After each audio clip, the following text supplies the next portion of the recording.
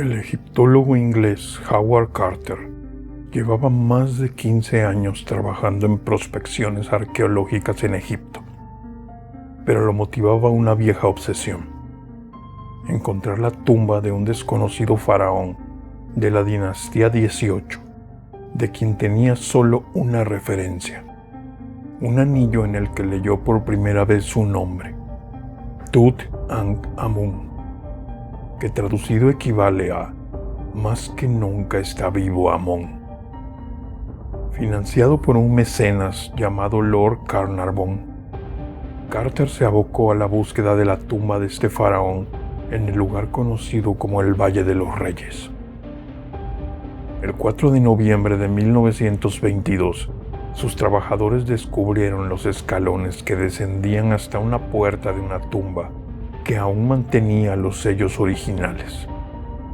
El 26 de noviembre de ese año, en presencia de la familia de Lord Carnarvon, se hizo el famoso agujero en la parte superior de la puerta de la tumba, que había permanecido oculta durante más de 3000 años.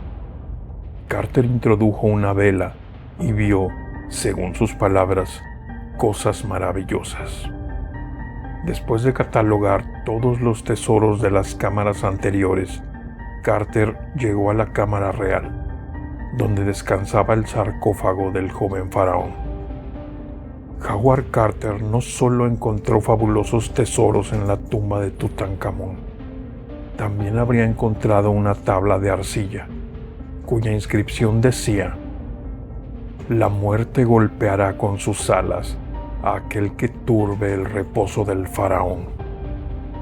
La noche del 4 de abril de 1923, Lord Carnarvon, quien había financiado la excavación y estuvo presente el día en que se abrió la tumba, falleció a causa de una neumonía fulminante, detonada por una septicemia ocasionada por la picadura de un mosquito. Se cuenta que a la misma hora de su muerte en El Cairo, hubo un gran apagón que dejó a oscuras la ciudad, y, en Inglaterra, su perro aulló misteriosamente para luego caer fulminado en su casa en Hampshire. Para abonar el terreno de las coincidencias, al proceder a la autopsia de la momia, se encontró que justo donde el mosquito había picado a Lord Carnarvon, Tutankamón tenía una herida. A la muerte de Lord Carnarvon siguieron otras. En septiembre, su hermano Aubrey Herbert, que estuvo presente en la apertura de la Cámara Real, murió inexplicablemente en cuanto volvió a Londres. Arthur Mace, el hombre que dio el último golpe al muro para entrar en la Cámara Real, murió en El Cairo poco después, sin ninguna explicación médica. Sir Douglas Reid, que radiografió la momia de Tutankamón, enfermó y volvió a Suiza, donde murió 2 meses después. La secretaria de Carter murió de un ataque al corazón, y su padre se suicidó al enterarse de la noticia. Un profesor canadiense que estudió la tumba con Carter murió de un ataque cerebral al volver al Cairo. George J. Gould, amigo de Carnarvon, se trasladó a Egipto después de la muerte de su amigo para ver el lugar con sus propios ojos. Murió de neumonía después de resfriarse tras visitar la tumba. Richard Bethel, que había ayudado a Carter a clasificar el tesoro, murió a los 49 años de edad, al parecer suicidado.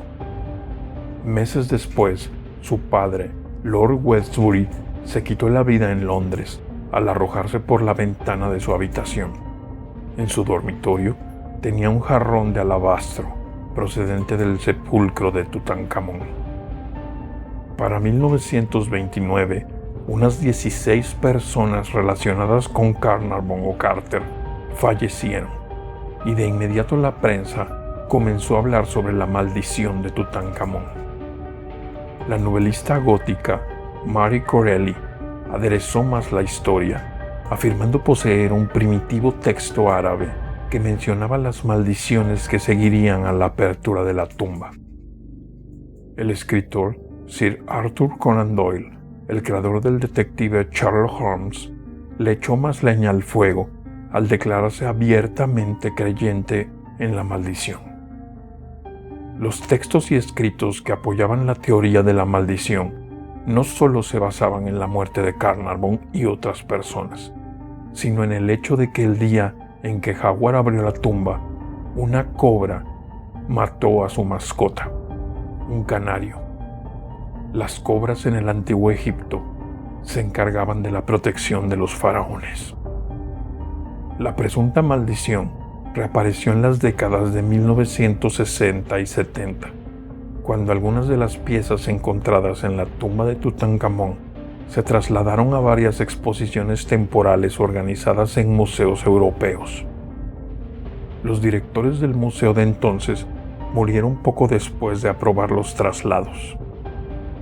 La última víctima atribuida a la maldición fue el actor inglés Ian McShane, quien durante la filmación de una película en los años 80 sobre la supuesta maldición, sufrió un grave accidente. Su coche se salió de la carretera y se rompió gravemente una de las piernas. Muchos autores niegan que hubiese una maldición escrita, pero otros aseguran que Carter habría encontrado en la antecámara de la tumba la famosa tableta de arcilla, cuya inscripción decía: «La muerte golpeará con sus alas a aquel que turbe el reposo del faraón».